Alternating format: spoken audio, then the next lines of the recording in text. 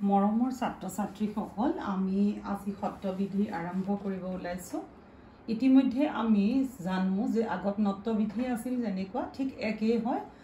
নিয়মবোৰ বেলেগ। যি বিধি মতে দন্তীয়া হয় মূৰ্ধন্য ষ হয় তাকে সত্ৰবিধি বোলে। আমি প্ৰথম নিয়মটোলৈ যাওঁ যে স্বৰেয় স্বৰেয়া ভিন্ন অন্য স্ববৰ্ণ বা ক বা ৰৰ পাছত বা ক বা ৰৰ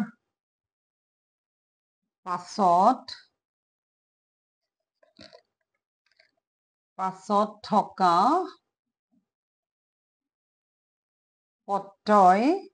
প্ৰত্যয়ৰ দন্তীয়া স মূৰ্ধন্য ষ হয়। এইটো আমি জানিব লাগিব প্ৰথম নিয়ম। যেনে আমি চোৱা, ইয়াৰ উদাহৰণ আমি চাব লাগিব। যেনে আমি ঋষি, তাৰপিছতে আমি পাব পাৰো ভৱিষ্যত, তাৰপিছতে আমাৰ আহিব কৃষি, তাৰপিছতে আহিব চিৰি চৰ নিশু। এইখিনি আমি ইয়াৰ ভিতৰতে পালো। এতিয়া তোমালোকে চোৱা, স্বৰেয় স্বৰেয়া গোটেইখন থাকিব লাগিব বা ক বা ৰৰ পাছত থকা প্ৰত্যয়ৰ। এতিয়া তোমালোকে চোৱা, ইয়াত মিলিছে নে নাই? স্ববৰ্ণ আছে, ইয়াতো স্ববৰ্ণ আছে, ইয়াতো স্ববৰ্ণ আছে। গতিকে এইটো ক বা ৰ, এইটো চিৰি চৰণিষু, দেখিছা? গতিকে আমি এই নিয়মটোৰ লগত মিলাব লাগিব যে আমি, তোমালোকে প্ৰত্যয় নিশ্চয় পাইছা, মই আগতেও দিছো, প্ৰত্যয়ৰ বিষয়ে মই বুজাম পিছত। গতিকে তাৰ পিছত থাকিলে এইকেইটা তোমাৰ দন্তীয়া শটো আচলতে মূৰ্ধন্য ষ হয়। আৰু আমি নেক্সট ছেকেণ্ড এটা নিয়মলৈ যাওঁ যে মূৰ্ধন্যাত বৰ্ণৰ লগত মূৰ্ধন্যাত বৰ্গৰ, সেইটো আগতেও আমাৰ আছিলে, অলপমান বেলেগ হয়। মূৰ্ধন্যাত বৰ্গৰ লগত, মূৰ্ধন্যাত বৰ্গ মানে গম পাইছা নহয়, মূৰ্ধন্যাত মূৰ্ধন্য ঠ, এইটো মূৰ্ধন্য ট মূৰ্ধন্য ঠ মূৰ্ধন্য ড মূৰ্ধন্য ধ মূৰ্ধন্য ন, এইকেইটা হৈছে মূৰ্ধন্যাত বৰ্গ। গতিকে এইকেইটাৰ লগত যদি যুক্ত হলে এইকেইটা বৰ্গৰ লগত, এইকেইটা বৰ্গৰ লগত বৰ্ণ, এইকেইটা বৰ্গৰ বৰ্ণ, মানে এইকেইটা মূৰ্ধন্যাত বৰ্গৰ এনেকে বুলি দিলে তোমালোকৰ বুজাত সহজ হব যে মূৰ্ধন্যাত বৰ্গৰ বৰ্ণৰ বুলি দিও, সহজ হব। বৰ্ণৰ লগত যুক্ত হলে দন্তীয় স মূৰ্ধন্য ষ হয়। এইটো যেনেকে তোমালোকে চাব পাৰিবা একে একে হয়। এইটো আমি আগতেও এটা নিয়ম পাইছিলো, সেইটো অকনমান বেলেগ হয়। ইয়াত ধৰা কষ্ট বুলি দিলা নহয়, এতিয়া এইটো মূৰ্ধন্য শইতয় আষ্ট, কষ্ট। আকৌ তোমালোকে যদি দিয়া কনিষ্ঠ, আকৌ যদি দিলা ধৰা বলিষ্ঠ, আকৌ যদি দিলা পুষ্ট, এনেকে আমি ধৰা দিব পাৰো। এতিয়া মূৰ্ধন্যাত বৰ্গৰ লগত যুক্ত হলে এইটো মূৰ্ধন্য ট, এইটো মূৰ্ধন্য ঠ, এইটো মূৰ্ধন্য ঠ, এইটো মূৰ্ধন্য ট, তাৰ লগত হলে দন্তীয়া স মূৰ্ধন্য ষ হয়। আকৌ আমি ৩ নম্বৰ নিয়মটোলৈ গলো, ই কাৰন্ত আৰু হুঁচৰি কাৰন্ত। ই কাৰন্ত মানে গম পাইছা, হচৈ থকা, ই কাৰন্ত আৰু হচৌ কাৰন্ত, এই দুটা আমি পাইছো উপসৰ্গৰ পাছত। আমিতো উপসৰ্গ পাইছিলো এই ২০টা, প, পৰা, অপ, সম, নি, অব, অনু, নেই, দোৰ্বি, অধি, সু, ওত, পৰি, পতি, অভি, অতি, অপি, উপ, আ, সেই ২০টা পাইছো। সেইটো এটা বেলেগ, বুজাবৰ কাৰণে কৈছো। হুঁচৰি কাৰন্ত আৰু হুঁচৰি কাৰন্ত উপসৰ্গৰ পাছত থকা ষ্ঠাটো চাব লাগিব, শীতটো চাব লাগিব, আৰু শিচটো চাব লাগিব, আৰু চাব লাগিব লচ, ল দন্তীয়া স, লচ আদি উপসৰ্গৰ লচ আদি ধাতু হব। এই ধাতুৰ দন্তীয়া স মূৰ্ধন্য ষ হয়। গতিকে তোমালোকে গম পাইছা কথাটো কেনেকুৱা কি হৈছে যে হৌচই কাৰণত আৰু হচৰু কাৰণত এতিয়া ইয়াত যদি আমি যেনে বুলি চাওঁ তেতিয়াহ'লে আমি চাব লাগিব নিষেধ এইটো কি আছে এইটো হচইকাৰ নহয় জানো হুঁচৰি পা হুঁচৰি কাৰণত আৰু ইয়াত কৈছে তাৰ লগত কি থাকিব লাগিব তোমালোকৰ স্থা হিত হিচ লছ নিষেধ তোমালোকে মিলাই চাবা কোনটো মিলিছে তাৰপিছত যেনিবা থাকিব তোমালোকৰ প্ৰতিষ্ঠা তাৰপিছত তোমালোকৰ এইটো স্থা থাকিলে প্ৰতিষ্ঠা তাৰ পৰা আহি গ'ল অভিলাষ তাৰপিছত আহিব অনুষ্ঠান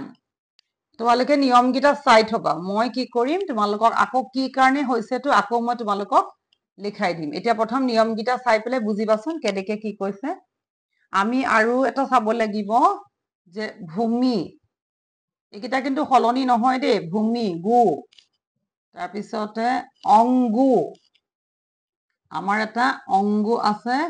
অংগুটো হৈছে অংগু শব্দৰ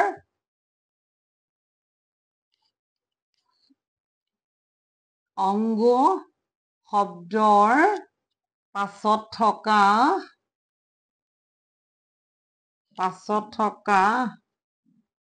হৈথৈ আস্থ দেই এইটো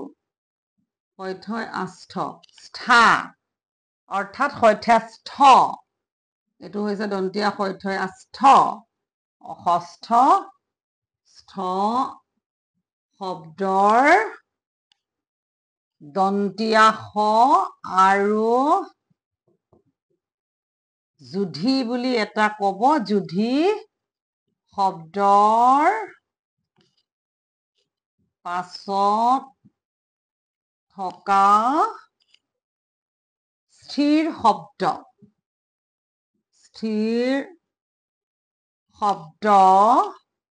দন্তীয়া স মূৰ্ধন্য স হয় গতিকে এইটোত তোমালোকে চাব পাৰা আমি এনেকুৱা কি পাব পাৰো ইয়াত আমাৰ কেইটামান শব্দ আছে সেইটো তোমালোকে কিয় হয় কি কাৰণে হৈছে লিখে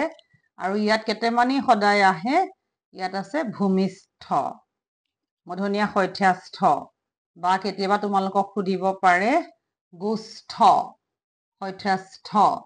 বা সুধিব পাৰে যুধিষ্ঠিৰ এইটো সাধাৰণতে আহে গতিকে এইটো যুধিষ্ঠিৰ আৰু এটা আছে তোমালোকৰ আৰু এটা লাষ্ট মই 5টা দিওঁ আজি সু আৰু বি